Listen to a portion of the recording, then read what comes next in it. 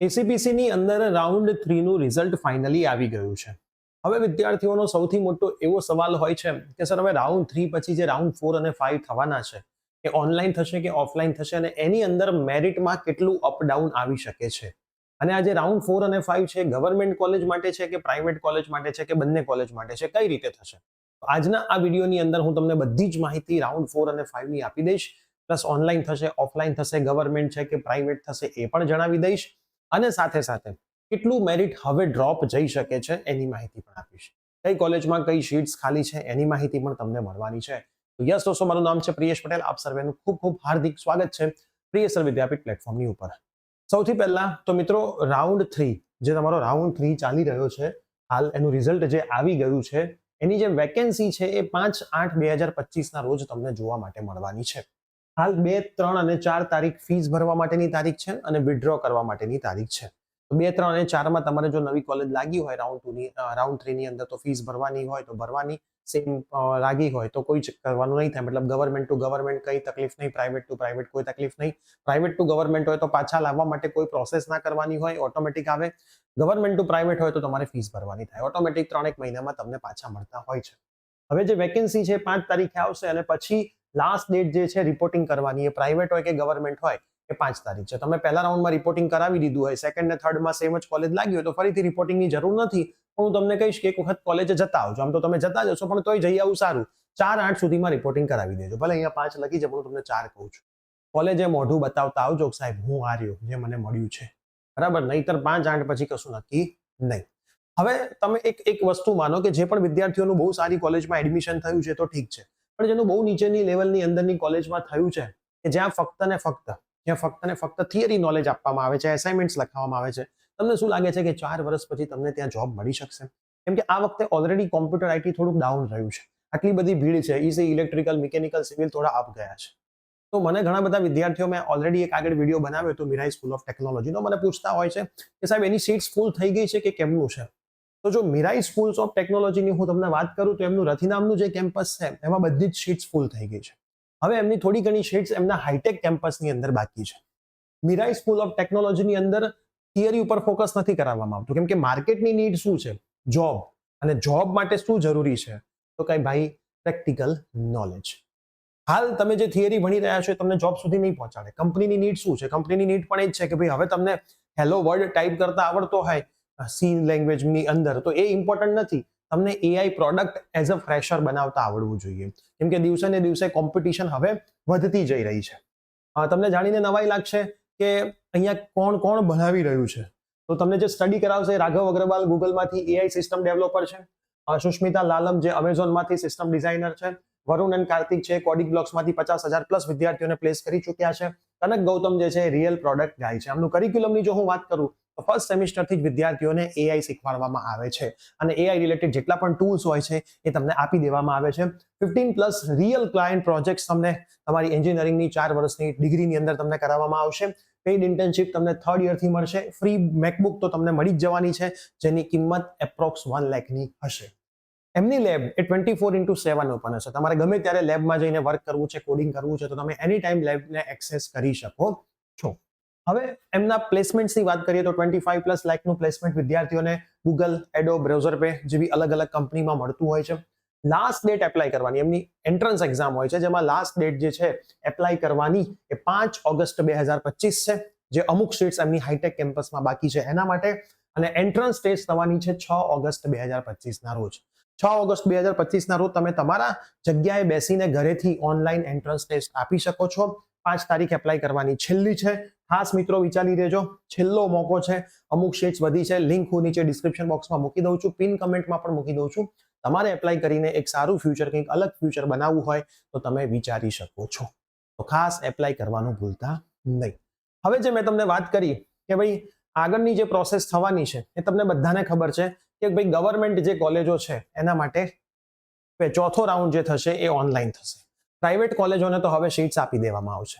Private કોલેજની sheets હવે આપી દેવામાં આવશે કે ભાઈ લઈ જાઓ તમે તમારી શીટ, જેમ ભરવી એમ ભરજો. એટલે જે વેકેન્ટનું લિસ્ટ આવે મિત્રો આ તારીખે 5 તારીખે લિસ્ટ આવવાનું છે. તો 5 તારીખે જ્યારે મિત્રો વેકેન્ટનું લિસ્ટ આવે તો તમે એક વખત નજર નાખી લેજો કઈ પ્રાઇવેટ કોલેજમાં શીટ્સ ખાલી છે. લેટ કરવાની જગ્યાએ ઉતાવળે ફટાફટ એ પ્રાઇવેટ કોલેજ પહોંચીને એમને પૂછી લે. જો મોસ્ટ પ્રોબેબલી બહુ સારી કોલેજ હશે એ તો મેરિટ પ્રમાણે જ કરશે. એટલે એવું ના માની લેતા નિરમામાં કદાચ એક સીટ ખાલી છે હું પહેલો જઈશ મને આપી દેશે, એવું જ કહેશે કે ભાઈ મેરિટ પડશે. એટલે કઈ જગ્યાએ શું ખાલી છે તમને 5 તારીખે ખબર પડે. એટલે પ્રાઇવેટનું કરજો. ગવર્મેન્ટ માટે ગવર્મેન્ટ કોલેજ જવાની જરૂર નથી. રાઉન્ડ 4 ગવર્મેન્ટનો ઓનલાઈન જ થવાનો છે. 6-8 ચોઇસ ફિલિંગ થશે. 8 તારીખે એનું રિઝલ્ટ આવશે. 8 થી 9 તમે ફીસ ભરી શકશો. કેન્સલનો આ છેલ્લો રાઉન્ડ છે ભાઈ. વિડ્રો કરવા હોય તો વિડ્રો કરી દેજો. આના પછી વિડ્રો થશે નહીં. ફાઇનલ વેકેન્સી ઓફલાઈન રાઉન્ડની 11/8 આવશે. જે છેલ્લો રાઉન્ડ હશે ઓફલાઈન રાઉન્ડ હશે. 5 તારીખથી 9 તારીખે એનું ફરી રજીસ્ટ્રેશન થશે. ગૂગલ ફોર્મથી રજીસ્ટ્રેશન કરવાનું થશે. એટલા જ વિદ્યાર્થીઓનું 11 તારીખે મેરિટ આવશે. પછી બધાનું મેરિટ નવેસરથી બનશે નહીં. પછી એનું કાઉન્સેલિંગ 12 તારીખે ઓફલાઈન મોડમાં થશે. અને લાસ્ટ ડેટ છે એડમિશનની સેલ્ફ ફાઇનાન્સની 14/8/2025. ગવર્મેન્ટની 12/8/2025. આના પછી કોઈ રાઉન્ડ પડશે નહીં. જે સીટો ખાલી રહેશે ખાલી રહેશે. હવે ઘણા બધા વિદ્યાર્થીઓનો એવો સવાલ છે કે સર રાઉન્ડ 3 પછી રાઉન્ડ 4 અને 5 માં મેરિટ કેટલું નીચું જઈ શકે છે? તો આ વર્ષે થોડાક આંકડાઓની રમત છે ને કંઈક અલગ થઈ છે. એના અમુક રીઝન્સ છે. ઈસીનો ક્રેઝ થોડોક વધ્યો છે. જો જે અપ જતું હતું એ જ અપ જાય તો બીજું ઓલરેડી ડાઉન જાય, આવો નિયમ છે. કોમ્પ્યુટર આઈટી છેલ્લા 3 વર્ષથી રેગ્યુલર બેઝિસ પર અપ જ જતું હતું. પણ આ વર્ષના આંકડા તમે જોશો તો લાસ્ટ યરની કમ્પેરિઝન અમે થોડી કરી હતી કાલે રાત્રે બેસીને, તો અમને એવું જોવા મળ્યું કે કોમ્પ્યુટર અને આઈટી થોડાક ડાઉન ગયા છે. કોમ્પ્યુટર આઈટી થોડાક ડાઉન ગયા છે. મતલબ ગયા વર્ષે જે 3000 બંધ થતું હતું આ વખતે 3800 બંધ થયું. 6000 જે બંધ થતું હતું એ 8000 બંધ થયું. હવે કોમ્પ્યુટર થોડુંક ડાઉન ગયું, એની સામે જે ઈસી હતું એ અપ ગયું.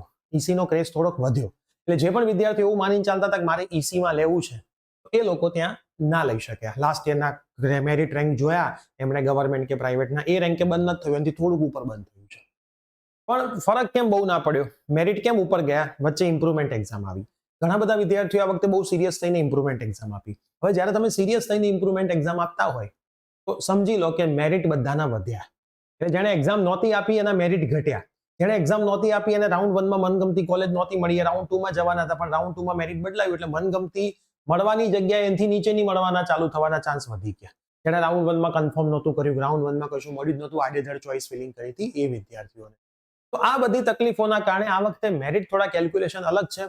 તો કોઈ મને એમ કે સાહેબ રાઉન્ડ 3 ને રાઉન્ડ 4 માં ગવર્મેન્ટનું કેટલું જઈ શકે? જો પ્રાઇવેટનું તો કોઈ ના કહી શકે, કેમ કે પ્રાઇવેટ કોલેજ જે છે એ પ્રાઇવેટ કોલેજની અંદર તો હવે પોતપોતાનું કાઉન્સેલિંગ થશે. એટલે નેક્સ્ટ યર બી જ્યારે મેરિટ લખાઈને આવશે તો એ રાઉન્ડ 3 પ્રમાણેના જ લખાઈને આવશે. પણ ગવર્મેન્ટ કોલેજમાં બહુ વધારે નહીં, પણ હું એમ કહી શકું કે 5% જેટલો તમને સુધારો દેખાય. પણ એમાં બી કઈ કોલેજમાં કેટલો દેખાય કઈ કોલેજમાં કેટલો કોઈ ના કહી શકે. બરાબર? પણ તમે ચાન્સ લઈ શકો છો. બાકી જે છે એમાં રિપોર્ટિંગ તો કરાવી જ દેજો. પ્રાઇવેટ કોલેજ હશે તમારે ફીસ ભરવી જ પડશે તો જે લોકો કન્ફર્મ ગણશે. રાઉન્ડ 4 અને 5 માં તમે ગવર્મેન્ટ માટે જશો ક્યાંક મળશે તો એ ફીસ પાછી આપવાના નિયમો એવા જ હોય છે કે તમારે પ્રાઇવેટ કોલેજે લેખિત આપવું પડશે અને પાછી આવવાના ચાન્સીસ નહીવત હોય છે એવું માનીને તમે ચાલજો.